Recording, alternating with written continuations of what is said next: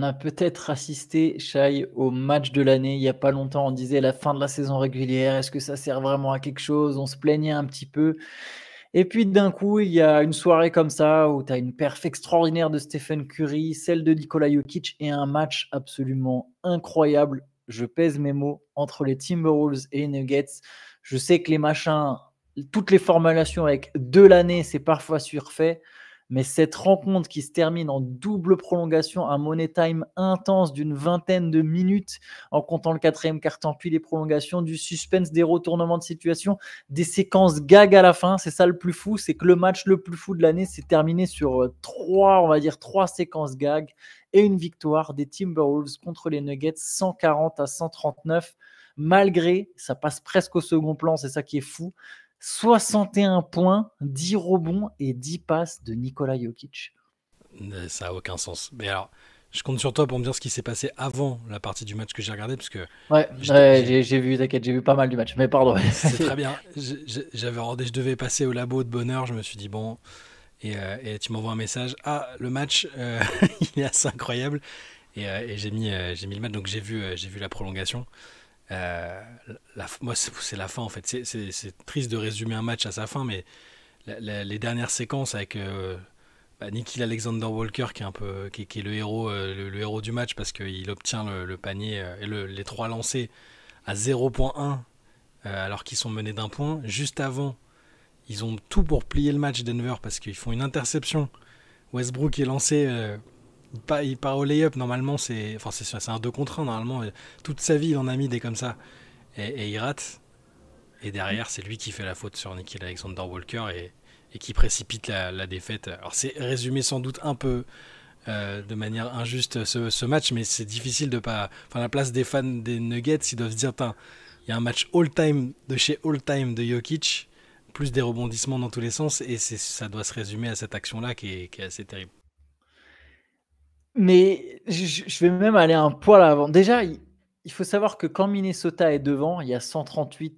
Non, il y a égalité, 138-138. Je crois qu'il y a égalité. Les arbitres savent pas, donc on est, je sais pas, dans les 45-50 dernières secondes, les arbitres savent pas qui a sorti la balle en touche. Plutôt que d'aller revoir, alors je sais pas s'ils sont autorisés, mais je crois que normalement ils sont autorisés à revoir dans les dernières secondes. Ils sifflent un entre-deux au milieu du terrain. Donc déjà, personne ne comprend, personne n'est content. Jokic n'est pas content, Michael Malone n'est pas content, Chris Finch n'est pas content, personne n'est content de cet entre-deux qui est sifflé. Mais bref, entre-deux au milieu du terrain, va savoir. Et là, sur l'entre-deux, ce qui arrive quand même pas souvent, les arbitres sifflent une faute de Jaden McDaniels. Sur l'entre-deux, effectivement, il se retrouve un peu dans le cylindre de Jokic. Vu que c'est la cinquième faute d'équipe, il y a lancé franc. Ou la deuxième dans les 2 dernières minutes. Je sais plus où on en est à ce stade. Il y a eu tellement de choses. Donc, il siffle lancer franc. Il siffle faute, les arbitres, et il y a lancé franc. Jokic a 2 lancers, il en met qu'un. C'est comme ça que Denver repasse devant. Là, déjà, c'est une séquence un peu rocambolesque. Derrière, il y a cette possession de Minnesota qui n'aboutit pas avec l'interception. Donc, c'était même pas les 50 dernières secondes, c'était peut-être les 30 ou les 23 dernières secondes, je crois, au Jokic au moment où il se retrouve sur la ligne des lancers. Westbrook, effectivement, il rate le lay-up. Mais Shai, même, pourquoi il va prendre ce lay-up, en fait? Il reste 9 secondes. Il y a 1 point d'avance. Oui, si tu marques, il y en a 3. Mais si tu marques, par définition, tu t'exposes à te retrouver au risque, tu vois, de prendre un 3 points. Bon, après, il est lancé. Je comprends, tu veux tuer le match. Mais il rate un lay-up. Main droite, Russell Westbrook. Un lay-up main droite. Il aurait pu essayer de faire défiler le chrono. Encore une fois, ça se défend. Ils sont vraiment en transition. Ça se défend l'idée d'aller au lay-up. Mais il rate ce lay-up. C'est cruel. Et derrière, effectivement, il fait une faute qui est un peu stupide. Je suis désolé, je vais le dire comme ça. Mais c'est-à-dire qu'au moment où le buzzer a retenti, tu vois, c'est vrai qu'après, ils ont rajouté 0 points, mais en fait, au moment où le buzzer a retenti, Denver a gagné. En fait. Denver a gagné ce match, il y avait 139-138. Nickel Alexander-Walker, il a pris un espèce de tir désespéré en fadeaway. Il est trop court, son tir, tu vois, il l'aurait raté même sans contestation. Et Westbrook, ouais, il se jette complètement sur Nickel Alexander-Walker. 3 lancés, 2 qui rentrent pour Alexander Walker. Alexander Walker qui a mis des paniers clutch. Il y a eu tellement de paniers clutch, en fait, que ce soit dans le quatrième quart-temps, dans la première prolongation, dans la deuxième. Il y en a de Alexander Walker, il y en a de Gordon, il y en a... Westbrook en a mis un ou deux sur des coupes. Il a mis des lancers aussi importants. Jokic, Et il en a raté aussi d'ailleurs, Westbrook des lancers. Jokic en ami, enfin bref. Anthony Edwards, ultra clutch. Pardon, je vais te laisser la parole sur un peu le déroulé de comment ça s'est passé. Il faut savoir que Minnesota a compté 16 points de retard en début de partie, est revenu et menait de 8 points dans le quatrième quart-temps. Et derrière, les Nuggets sont revenus. Bref, après, ça se rend les coups. C'est, comme j'ai dit, c'est un money time de 20 minutes. Il y a 20 minutes de money time. Et Jokic, sur une performance all-time, je pense. Mais gâché par cette défaite. J'ai du mal à en vouloir à Westbrook de tenter le layup parce que c'est un 2 contre 1. Il est lancé, il y a un retour défensif, mais il les a mis toute sa vie. Pour moi, t'es au foot, t'as le but ouvert, tu vas pas aller te mettre dans le coin. Mais c'est juste anormal qu'il l'ait raté, en fait, c'est juste ça. Et derrière, je sais pas, avec l'adrénaline, il revient, il se dit, oh là là, j'ai fait une connerie, il faut que je défende comme un malade. Et au final, il fait une faute. Bon, t'as raison, à la fin, je pensais que c'était terminé. Avec la caméra télé, je vois pas la faute dans un premier temps. Tu vois Nickel Alexander Walker tomber et te dis bon bah il a raté son tir et puis il floppe un peu. En fait effectivement il le touche et puis après t'as la minute de flou où les arbitres ils revoient. Est-ce qu'ils ont quand même revu l'action, hein, c'est beaucoup trop important. Mais surtout pour savoir si c'était un 2 ou un 3. Hein. C'était pas tant pour savoir si s'il y avait faute. Enfin, c'est ce que j'ai cru comprendre qu'ils voulaient. Ça faisait partie du truc. Je pense qu'ils ont vérifié. Ils ont vérifié dans tous les cas, mais ils devaient voir si ça faisait 2 ou 3 aussi. Et d'ailleurs, Nickel Alexander Walker rate volontairement le dernier pour pas. Bon, à 0.1, franchement, c'est. 0.1, non, tu peux pas humainement tirer. Ça a été décrété. Mais c'est fou que Jokic ait fait ce match-là et que ça va passer totalement au second plan. Je sais même pas si ce sera mis à son crédit dans l'espèce de lutte pour le MVP à coup de stats qui veulent pas toujours dire grand-chose, hein, mais totalement dingue. Et je vais me le refaire à midi gentiment celui-là. Enfin, la fin, même tout le match en fait en accéléré parce que j'ai juste vu la prolongue et que c'était déjà assez dingue. Ouais, il manquait du monde d'ailleurs des deux côtés. Il manquait Jamal Murray pour les Nuggets, il manquait Naz Reid. Il y a eu un gros Aaron Gordon, comme j'ai dit, il met 30 points, il met des paniers à 3 points clutch. C'est lui qui valide le triple-double de Jokic sur un 3 points clutch. Après, Westbrook a eu aussi des bons moments, mais c'est vrai que la fin est très dure. Il y a un gros match de Christian Brown qui fait 18 points, 12 rebonds. En face, Nickel Alexander Walker, 26 points, 7 rebonds, 8 passes. Comme je l'ai dit, il a mis des 3 points clutch. Anthony Edwards, 34 points, 10 rebonds, 8 passes en mettant des 3 points clutch. Et ils ont fait prise à 2 sur lui à la fin. Tout comme il y avait prise à 2 souvent sur Jokic. Jokic a provoqué énormément de fautes. Gobert a pris 6 fautes, il est sorti. C'était fin du quatrième quart-temps ou début de première prolongation. 19 points, 12 rebonds pour Gobert. 26 points pour Julius Randle avec 9 rebonds, 7 passes. Il a raté un game winner et du coup, après, il n'a pas osé prendre le game winner à la fin de la première prolongation. Mais Randle a quand même mis ses 26 points, 9 rebonds, 7 passes. Bref, un match vraiment complètement fou. Et oui, je te conseille de regarder ça en replay. Je vous conseille à tous de vous faire plaisir. Même s'il y a eu un autre match assez dingue, mais surtout pour une perf, celle de Stephen Curry, 52 points. Donc le même soir, on a Nikola Jokic qui met 61 points, Stephen Curry qui en a mis 52 avec 10 rebonds, 8 passes, 5 interceptions, 12 paniers à 3 points. Et les Warriors ont donc battu les Grizzlies 134-125. Les Warriors qui passent 5e de la conférence Ouest devant Memphis. Mais il fait ça dans un match important en plus. C'est même pas dans un match lambda. Il fallait que les Warriors gagnent pour reprendre le top 5. On le sentait un peu, on en parlait hier dans la late, que les Warriors allaient probablement reprendre la 5e place vu la trajectoire et la dégringolade des Grizzlies. On attend toujours les effets positifs du départ de Taylor Jenkins dans les résultats. Hein. Je dis ça, je dis rien. Mais c'est un des quelques matchs relativement récents où on sent que Curry, il pourrait presque aller chercher le record de Clay en fait. Mais il y a quelque chose qui le retient, je sais pas si c'est de l'ordre de l'inconscient ou si juste c'est trop compliqué. Et c'est incroyable ce qu'a fait Klay Thompson. Mais là, encore à cet âge-là, avec autant de kilomètres au compteur, réussir des matchs comme ça, et puis il fait pas que 52 points, donc il prend des rebonds, il en prend 10, il fait des passes, 8, il fait 5 interceptions, et 12 sur 20 à 3 points. Enfin, il est incroyable. À nouveau, là aussi, les images, elles sont folles parce que c'est le genre de soir où tu te dis, tu vois Jokic qui met ça, tu mets Curry qui met ça, et puis tu te dis, bah, dans un avenir pas si lointain, faut profiter du fait qu'on voit ces mecs-là, en fait. C'est assez bateau de dire ça, mais c'est assez fou de voir ce type-là faire ça.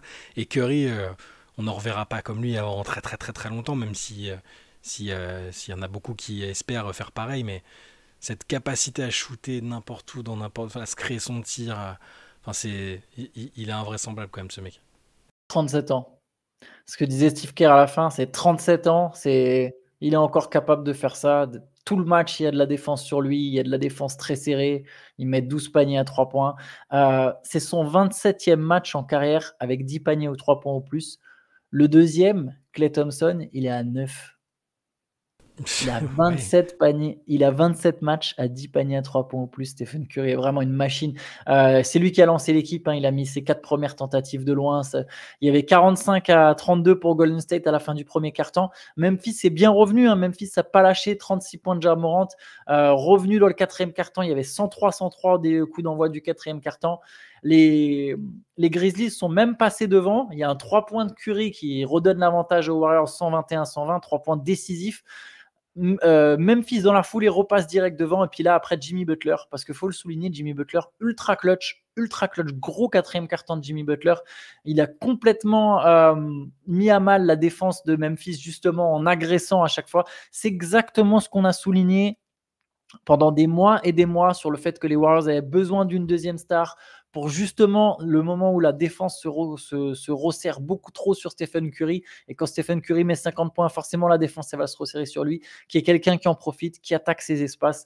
Ça a été Jimmy Butler, il a été impérial. Alors, il met beaucoup de points sur la ligne des lancers francs. Au final, il met 12 lancers, il en met un paquet dans le quatrième quart-temps. Je crois qu'à un moment, il en met 6 ou 8 de suite. 27 points, 6 rebonds, 4 passes, 3 interceptions de Jimmy Butler, en prenant que 11 tirs, mais comme j'ai dit, beaucoup de fautes provoquées. Et il y a un triple-double de Draymond Green, 13 points, 10 rebonds, 12 passes, pardon. Bah, tu te rends compte là, c'est un enfer si tu dois te manger un Curry. Alors Curry il va pas faire que des matchs de playoff à 52 points, mais si un Curry en jambes, derrière t'as Jimmy Butler qui peut être tranchant sur des périodes données, t'as Draymond Green qui est en mode playmaker plus général défensif, et autour des joueurs qui sont pas du tout maladroits ni mauvais. Attention les Warriors, c'est vraiment leur trajectoire elle est vraiment très intéressante juste avant les playoffs là, personne va avoir envie de les jouer. Tu sais à qui ils font penser sur l'ajustement de mi-saison? Les Mavericks de l'an dernier, en fait. Une équipe qui, si tu prends sur l'ensemble de la saison, tu regardes leurs stats avancées, tu te dis ouais, non, mais c'est pas une équipe de finale NBA. Et en fait, tu regardes depuis le moment où il y a eu un trade qui change tout, sachant que bon, les Mavericks n'avaient pas fait venir All-Star, là, les Warriors ont fait venir All-Star. PJ Washington, Daniel Gafford. Ouais. Daniel Gafford. Et tu regardes depuis ce trade, en fait, les Warriors sont parmi les 3-4 meilleures équipes de la ligue depuis ce moment-là. Et la preuve, ils sont remontés. On en oublie presque qu'ils jouent sans Gary Payton blessé, sans Jonathan Kuminga qui s'est refait mal à la cheville. Bon, il y a un premier tour qui s'annonce absolument dantesque, soit avec Los Angeles, soit avec Denver. Si Golden State garde cette 5e place, ce qui ne m'étonnerait pas, je serais quand même. Je pense que Golden State est bien placé pour garder cette 5e place. Voilà, il y aura un premier tour assez légendaire, quel que soit l'adversaire. Milwaukee a battu Phoenix 133-123, et Milwaukee a battu un record de franchise, 68%, même quasiment 69, 68,9% de réussite au tir. C'est le meilleur pourcentage au tir de l'histoire de la franchise. Et, merci la défense des Suns, j'ai envie de dire victoire 133-123 des Bucks. Quand on dit que tout le monde se régale face à la défense des Suns, c'est que c'est ridicule. En fait, ils ont une attaque... une bonne attaque, enfin, quand t'as Kevin Durant, Devin Booker, bon là il n'y a que Devin Booker parce qu'il n'y avait ni Durant ni Bradley Beal, mais même juste avec Booker, t'as déjà une attaque décente tellement c'est un joueur de haut niveau, mais la défense, mon dieu, c'est quand même assez fou. Enfin, 68,9%, 51 sur 73, ça n'a pas de sens. Bon. Yanis met 37 points et Doc Rivers, mine de rien, 1150e victoire en saison régulière. Il égale Phil Jackson à la 7e place de tous les temps. Bon, là, c'est aussi grâce à sa longévité, évidemment, hein, mais il faut au moins le souligner. Ouais, une longévité, une longue carrière de coach. Hein. Début des années 2000, ça commence à Orlando. Je crois que c'est même l'an 2000 ou quelque chose comme ça, début de la carrière de Doc Rivers. Le premier 1-3 remonté au playoff, d'ailleurs, c'était avec le Magic lors de son passage au Magic. Si je dis pas de bêtises, il en a fait un partout, sauf aux Celtics peut-être. Si, même peut-être. Alors, je crois que c'est Magic, Clippers et Sixers. Ouais, je crois qu'il n'y en a pas un au Celtics. Ça a aidé d'avoir Paul Pierce. Mais il a dit qu'on ne retenait pas assez ses victoires, les victoires dans ses remontées. Oui. Non, mais après, c'est un coach qui fait quand même. Bah, voilà, t'es pas septième au nombre de victoires en saison régulière par hasard. Ça, c'est clair et net. Les Bucks, voilà, qui ont battu les Suns, il y a eu 39 points de Devin Booker.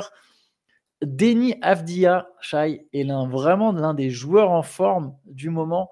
Oui, l'un des joueurs en forme du moment. Bon, c'est une répétition, mais Deni Avdija, encore une fois, excellent. Victoire des Trailblazers contre les Hawks, 127-113.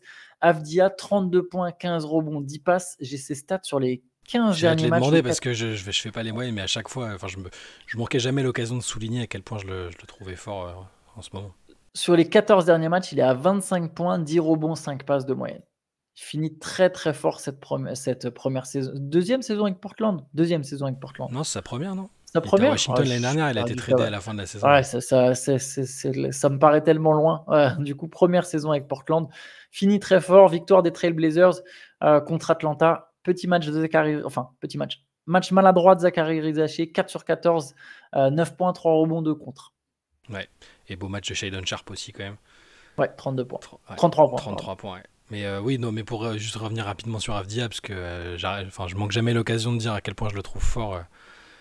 Mais je sais pas du coup ce que les Blazers attendent avec lui. Est-ce que c'est juste un trade asset? Est-ce qu'ils le voient comme un super numéro 2-3 à l'avenir quand ils auront leur gars? Je sais pas trop. Mais depuis le début, même à Washington, quand c'était très imparfait, même lui individuellement, enfin, je sais pas, il respire le basket, il a tellement de qualité que pour moi, ça doit être un role player plus dans une équipe qui joue le titre. Hein. C'est aussi simple que ça. Yes.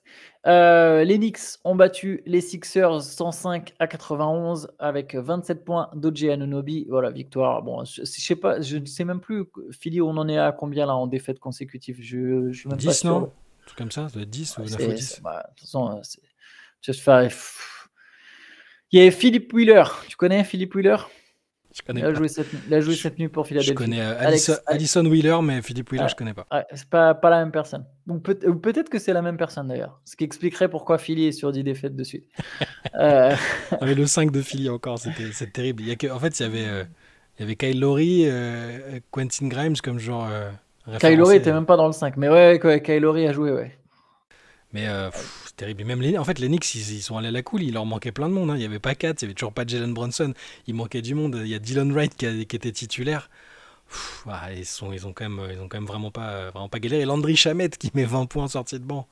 Kevin McCullar Jr.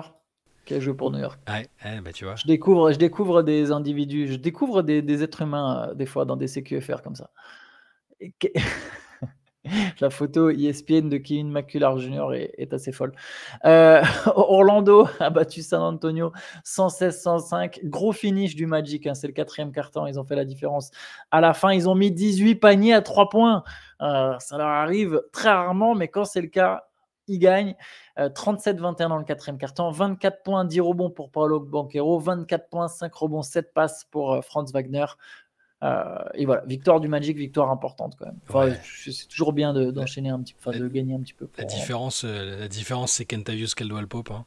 Quand il fait des matchs comme ça, là, il marque 23 points. Dès qu'il est à peu près fidèle à lui-même, qu'il met ses tirs, ça change beaucoup de choses pour le Magic. Mine de rien, en ayant l'impression qu'ils ont sorti des purges assez abominables ces dernières semaines, ils sont quand même à 5 victoires en 7 matchs. Et du coup, ils reprennent la 7e place à Atlanta qui a perdu, comme tu l'as dit juste avant. Et tu vois, hier dans la late session, j'avais dit le Magic 7e, fait 7e même à l'issue du play-in. Je pense qu'Orlando a quand même de quoi accrocher son ticket en playoff, notamment pour le play-in. Quand tu as Wagner et Banchero, tu te dis, bon, sur un match, on peut espérer que les deux se donnent à fond les ballons. Expression non utilisée depuis 1993. Mais voilà, la victoire d'Orlando. Le problème, c'est que tu peux aussi tomber sur un match du play-in où Orlando shoot à 2 sur 37 à 3 points. Et c'est compliqué. 37, c'est presque beaucoup trop pour le Magic à 3 points, mais même un 2 sur 20, tout simplement, ça peut aussi arriver. C'est tout à fait crédible. Chicago a battu Toronto 137-118. Avec 28 points de Kobe White, un autre homme en forme, un autre homme très très chaud sur ce mois de mars. Kobe White, et voilà. Puis victoire des Bulls. Je sais pas si tu as quelque chose à dire en particulier sur ce match. Non, pas spécialement. Bon match de Taylor Horton-Tucker aussi, qu'on oublie un peu, qui met 27 points. Yes, et ben écoute, on a fait le tour des games, mine de rien. Je crois je dis pas de bêtises, on n'a rien oublié, hein. On a fait court, il n'y a pas forcément de grosse actualité autour, mais encore une fois, on a assisté à un match complètement fou, à des performances complètement folles. C'était une sacrée nuit de basket en NBA. Yes, on a fait le tour, c'est très bien. Yes, ouais, bon, on Bravo. était en direct sur Twitch il y a quelques heures, voilà, pour ceux qui étaient là au rendez-vous. Le réveil Donc, c'est est dur. le réveil est dur, enfin ouais, c'est clair. Réveil, façon de parler. CQFR bouclé. N'oubliez pas, le MOOC Miami est toujours disponible sur basketsession.com. On en reparlera un moment, le moment où on le recevra, où les envois commenceront, où on l'aura entre les mains. On fera peut-être une belle présentation un peu plus profonde. En attendant, écoutez, passez une bonne journée et on se retrouve demain pour un nouveau CQFR. Ciao, ciao. Ciao.